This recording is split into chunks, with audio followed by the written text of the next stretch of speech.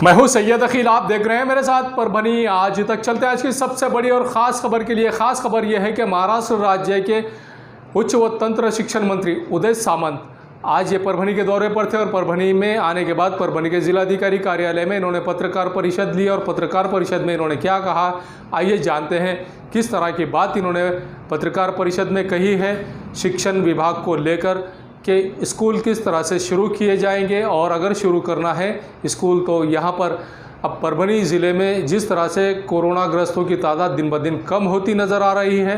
अब परभनी के ज़िलाधिकारी श्रीमती आंचल गोयल, ये परभनी के आमदार डॉक्टर राहुल पाटिल, आमदार बाबाजानी खान दुर्रानी, एसपी जयंत मीना, परभनी जिला परिषद के आयुक्त शिवानंद टाकसाळे, परभनी महानगर पालिका के आयुक्त देवीदास पवार, इनकी मौजूदगी में इन्होंने ये कहा कि आने वाले वक्त में किस तरह से स्कूल खोले जाएंगे और अगर स्कूल खोले जाएंगे तो किस तरह से तादाद रहेंगी विद्यार्थियों की, किस तरह से विद्यार्थियों को बुलाया जाएगा। जहाँ पर कोरोनाग्रस्तों की तादाद अब कम होती नज़र आ रही, उसी के चलते अब स्कूल शुरू किए जाएंगे या नहीं शुरू किए जाएंगे ये तो आने वाला वक्त ही बताएगा। लेकिन आइए जानते हैं पत्रकार परिषद में उदय सामंत इन्होंने क्या कहा है। जिल्ह्यांच्या दौऱ्यावर माझ्या विभागाचा काही आढावा घेण्यासाठी आणि विशेषतः पर्यटन मंत्री आदित्य ठाकरे साहेबांच्या पुढाकारानं CSRमधून तिसरी लाट रोखण्यासाठी प्रतिबंधात्मक उपाय पक्षामार्फत जो केला जातो त्या व्हेंटिलेटर स्वरूपाच्या वस्तू प्रशासनाला सुपूर्द करण्यासाठी हा माझा दौरा आहे। काल नांदेडमध्ये झाला, सकाळी हिंगोलीमध्ये झाला, आता परभणीमध्ये आहे। मी आता माझ्या डिपार्टमेंटचे जे कॉलेज आहे त्याला देखील भेट घेणार आहे, त्यांना काय नवीन नवीन सुविधा उपलब्ध करून द्यायची देखील बघणार आहे। पण विशेष महत्त्वाची गोष्ट अशी आहे की या सगळ्या पॅन्डेमिकमध्ये जिल्हा प्रशासनानं चांगलं काम केलेलं आहे, शासनानं देखील उद्धव ठाकरे साहेबांच्या नेतृत्वाखाली चांगलं काम केलं आहे, लोकप्रतिनिधी देखील चांगलं काम केलं आहे। तर आमच्या पक्षानं अशी एक भूमिका घेतली की प्रशासन शासन हे काम करत नसतं, आम्ही ज्या मतदारांपर्यंत जातो, आम्ही त्या मतदारांना मतदानाची विनंती करतो, त्यांचं आरोग्य धोक्यामध्ये असताना पक्षीय माध्यमातून देखील आरोग्याची यंत्रणा मुंबईसारखी, पुण्यासारखी, ठाण्यासारखी, औरंगाबादसारखी ही महाराष्ट्राच्या ग्रामीण जिल्ह्यांमध्ये देखील पोचली पाहिजे, ज्या उद्देशानं त्या व्हेंटिलेटर वाटपचा हा कार्यक्रम आहे। ते सत्कारणे पण लागले पाहिजे, त्याचा वापर नाही झाला तरी चालेल, तेवढं चांगलं आरोग्य सगळ्यांना मिळालं पाहिजे ही आमची सगळ्यांची इच्छा आहे। परंतु एखादी व्यक्ती बेडवर आल्यानंतर व्हेंटिलेटर नाही म्हणून त्याच्यावर काही परिणाम झाला, अशा पद्धतीची सिच्युएशन क्रिएट होऊ नये यासाठी हा आदित्य साहेबांनी पुढाकार घेतलेला कार्यक्रम होता।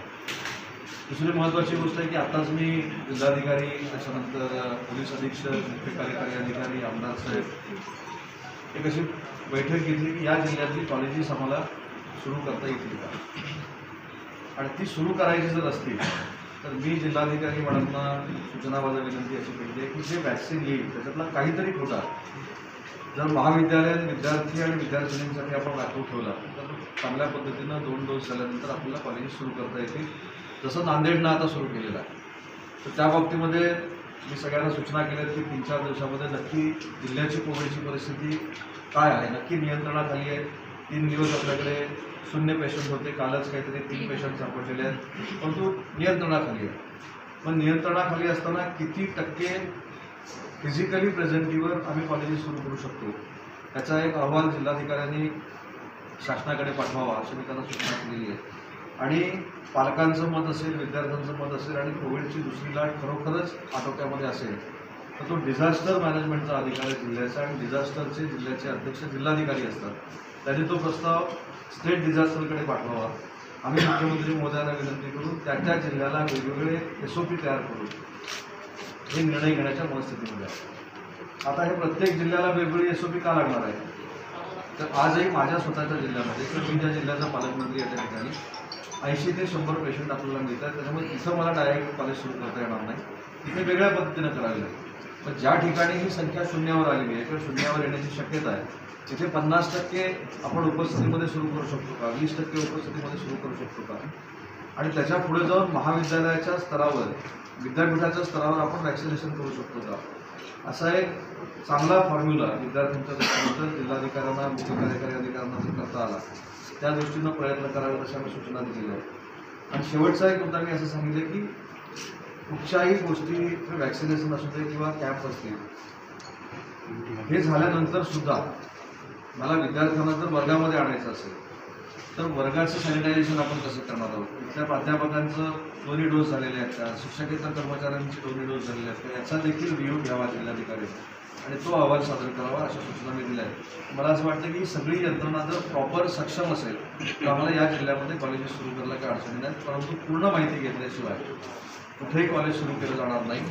पूर्ण माहिती घेऊन विद्यार्थी पूर्ण सुरक्षित असतील, कारण विद्यार्थी सुरक्षित जर राहिले तरच घरचे त्यांचे सुरक्षित राहणार आहेत. कारण माझ्याकडे महाराष्ट्रातल्या विद्यार्थ्यांची संख्या जवळजवळ 40 लाख आहे. त्याच्यामुळे 40 लाख कुटुंबांचा हा विषय आहे. तो असा अचानक आणि मी सांगितलं, मी मंत्री आहे म्हणून मला ते सुरू करायचं असा भावनेत होणार नाही. त्यामुळे या सगळ्या सिच्युएशन संस्था चालकांचं, मी आता आमदार साहेबांना पण सांगितलं की संस्था चालकांची पण एक बैठक घ्या. संस्था चालकांचं नक्की काय म्हणणं आहे ते जिल्हाधिकाऱ्यांना सांगा. असं करून एक 8 दिवसाच्या मुदतीमध्ये जर जिल्हाधिकाऱ्यांनी सांगितले की आम्ही जिल्ह्यामध्ये कॉलेजेस सुरू करू शकतो तर नक्की आम्ही त्याचा विचार करू. वसतिगृह किती क्वारंटाईन सेंटर होती, ती आता क्वारंटाईन सेंटर नाही आहे, ते महानगरपालिकेनं देखील बघावं, जिल्हा परिषदेने देखील बघावं आणि असं सविस्तर अहवाल जर सकारात्मक आमच्याकडे आला तर या जिल्ह्यातली कॉलेजेस सुरू करायला आम्हाला काही हरकत नाही, अशी जिल्ह्याची परिस्थिती. राज्याच्या लेवललाच ह्या महाविद्यालयासंदर्भात मगाशीच सांगितले की आपण एका जिल्ह्याचा क्रायटेरिया दुसऱ्या जिल्ह्याला लावू शकत नाही, अशी सध्याची परिस्थिती आहे. सुदैवानं नांदेड असेल, हिंगोली असेल, परभणी असेल किंवा पुढचा पट्टा असेल, जिथं आता कोविडची सिच्युएशन फार तुरळक आपल्याला दिसतं, त्या ठिकाणी आपण एका बेडपुरता एकसारखा निर्णय करू शकतो. पण तोच निर्णय कोकणामध्ये होईल याची गॅरंटी देता येत नाही. तोच निर्णय सातारा जिल्ह्यामध्ये होईल याची गॅरंटी देता येत नाही. आणि सातारा जिल्ह्याचे 800 पेशंट जवळ 400 ते 450, कोल्हापूरचे पेशंट 400 ते 450. तर तिथं आम्ही विद्यार्थ्यांना बोलवायचं धाडस करायचं का, हा एक आमच्यासमोर प्रश्न असल्यामुळे प्रत्येक ठिकाणची SOP आम्हाला वेगवेगळी करावी लागली तरी चालेल, पण निदान विद्यार्थी पुन्हा एकदा कॉलेजमध्ये यायला सुरुवात होईल, ते पूर्वीचंच वातावरण निर्माण करण्यामध्ये आम्ही यशस्वी होऊ आणि त्याच्यातनं पुढे पुढे तिसरी लाट येणार नाही याची देखील प्रिकॉशन घेतली पाहिजे. सर, सध्या परभणीत जरी कमी झाली संख्या 11वीची CETच्या बाबतीमध्ये 11वीच्या CETच्या बाबतीमध्ये तो निकाल दिलेला आहे. त्याच्यामुळे जो निकाल दिला आहे तो अंमलबजावणी करावी लागेल. ही CET शालेय शिक्षण विभागाअंतर्गत येते, माझी CET ही उच्च व तंत्र शिक्षण विभागाअंतर्गत येते.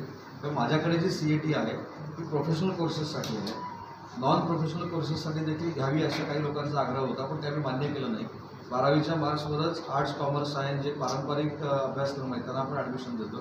आणि इंजिनिअरिंग जे आहे म्हणजे D.Pharm असेल, B.Pharm असेल, लॉ असेल, ज्याला CET कंपल्सरी आहे, ती ऑनलाईन CET होणार आहे, पण केंद्रावर जाऊन होणार आहे, घरात बसून मोबाईलवर नाही होणार. कारण एकाच दिवशी निर्णय करू. सर, रुग्णसंख्या परभणीसारख्या काही जिल्ह्यांमध्ये कमी आहे, पण जिथं वाढते त्या ठिकाणची इकडे येणारी वाहतूक सुरूच आहे. त्याच्यामुळं भविष्यात ही रुग्णसंख्या तिकडे हा जो निर्णय आहे मला असं वाटतं की स्थानिक पातळीवर जिल्हाधिकाऱ्यांनी घेतलेला आहे, पालकमंत्री मोदयांशी बोलून घेण्याचा निर्णय आहे, तो स्थानिक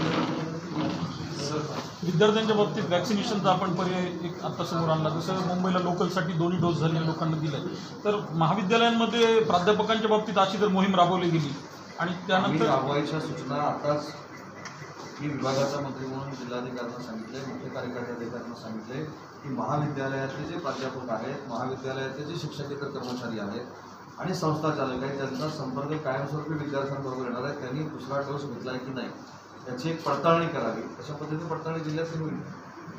सर, काही परभणी जिल्ह्यातल्या संस्था चालकांच्या शाळेचं MSCB अंतर्गत केलं जात आहे आणि परीक्षा असताना सुद्धा ह्या काळामध्ये डिस्कनेक्शन कसं म्हणजे परीक्षा चालू असताना बाकी थकबाकी म्हणून त्यांच्याकडून वसुल्या केल्या जातात आणि जे रुटीनमध्ये आहेत त्यांना सुद्धा अशा पद्धतीनं महाविद्यालयाचं डिस्कनेक्शन झालं असेल तर मी स्वतः नितीन राऊत साहेबांशी बोलेल, त्यांच्या खात्यामार्फत त्यांना आदेश द्यावे लागतील, ते आजच बोलेल त्यांच्याशी. पण मला ती यादी जर मिळाली कुठच्या महाविद्यालयांचं कट केलं रवींद्रनाथ टागोर मोंढ्यामध्ये रवींद्रनाथ टागोर चित्रकला महाविद्यालय स्ट्रिक्टली इन्स्ट्रक्शन सिव्हिल सर्वंटच्या अशा आहेत किंवा विद्यार्थ्यांच्या बाबतीमध्ये देखील अशा आहेत की एखाद्या विद्यार्थ्यांना किंवा 10 विद्यार्थ्यांनी जर फी भरलेली नसेल तर त्यांच्यावर काही संस्थेनं किंवा कॉलेजेसनी कारवाई करू नये अशा पद्धतीचं आमच्या स्टँडिंग इन्स्ट्रक्शन्स आहेत.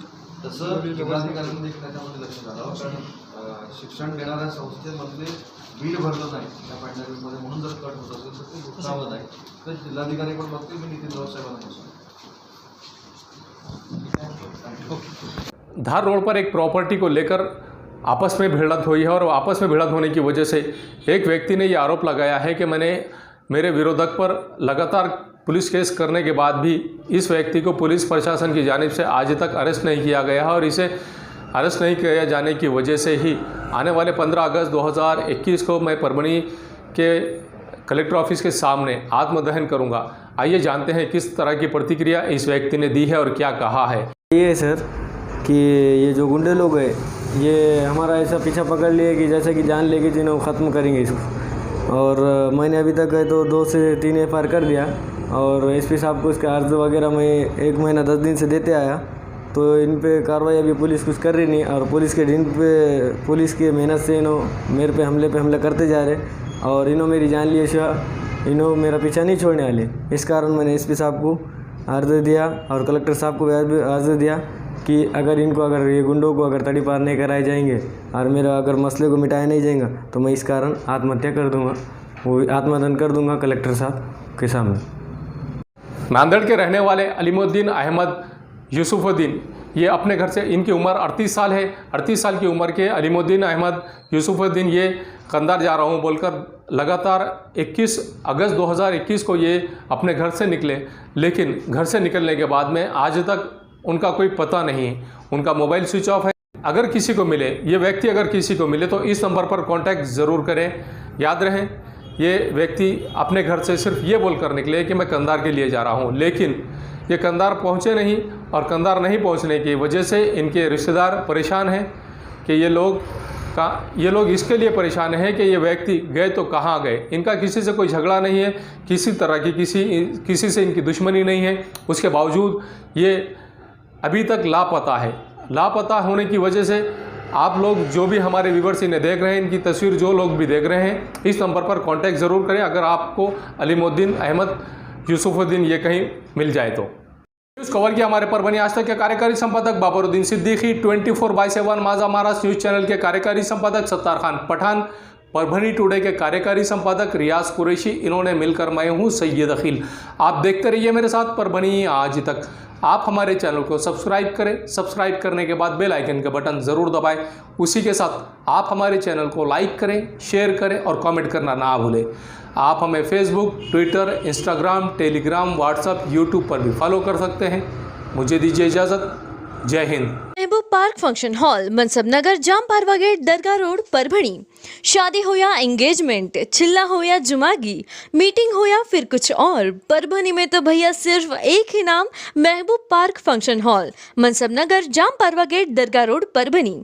बुकिंग शुरू है। Mobile number 9960569383, 8421903333। इसके साथ ही 9822829035।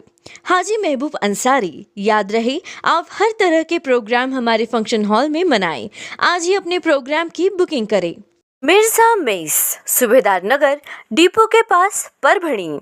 अगर आप परभणी शहर में रहते हैं और घर के खाने का लुत्फ लेना है तो संपर्क जरूर करें। मिर्जा मेस, सूबेदार नगर, डिपो के पास, परभणी।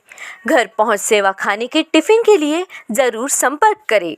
मोबाइल क्रमांक 8830266947।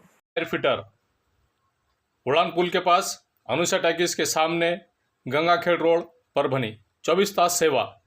अगर आपकी गाड़ी किसी भी जगह पर परभणी शहर के किसी की भी जगह पर पंक्चर हो रही है तो आप टेंशन ना लें, ये नंबर पर फ़ोन करें। 24 घंटे सेवा उपलब्ध है। सैयद शकील, सैयद इस्माइल, संपर्क ज़रूर करें। समीर टेंट हाउस, कुदरती कॉर्नर, कादराबाद प्लॉट, परभणी। हमारे पास तरह के प्रोग्राम के लिए सामान किराए पर मिलेगा। शादी, एंगेजमेंट, चिल्ला जैसे सभी प्रोग्राम के लिए संपर्क करें। सैयद मुज्जमिल। मोबाइल क्रमांक 9766683126। मोहम्मद अकबर का जनता एल्यूमिनियम, पाडोला कॉलोनी, सुभेदार नगर, दरगाह रोड, परभनी। हमारे pass aluminium partition, sliding Windows, glass work, composite panel, aluminium doors, cupboards तैयार और फिट करके सबसे कम कीमत में मिलेंगे। एक बार संपर्क जरूर करें। मोहम्मद अकबर, मोबाइल क्रमांक 9890232128। क्वालिटी की तलाश यहाँ खत्म। King of belts, Shaniwar Bazar के पास, Nanalpet corner, Parbhani. Ladies purse, school bag, original leather belt, कमर belt, wallet, body spray, perfume और भी बहुत कुछ। एक बार जरूर आए। King of belt, Shaniwar Bazar, Nanalpet corner, Parbhani. SBS English speaking classes, Masoom colony, Dargah road, Parbhani. अगर आप घर बैठे इंग्लिश में बात करना सीखना है तो आज ही कांटेक्ट करें SBS English speaking classes. Mobile number 9823797828। अगर आपके पास, आपके पड़ोस में किसी को मूलव्याध है, बगंदर है, नासूर है, तो आप फिक्र ना करें, डॉक्टर राव से कांटेक्ट करें। ये उनका पता है, साई क्लिनिक व nursing home, Gawane Chowk, Parbhani. Doctor Rao को 40 साल का तजुर्बा है, Gawane Chowk, Parbhani. Mobile number 9890090925। Second number 94206219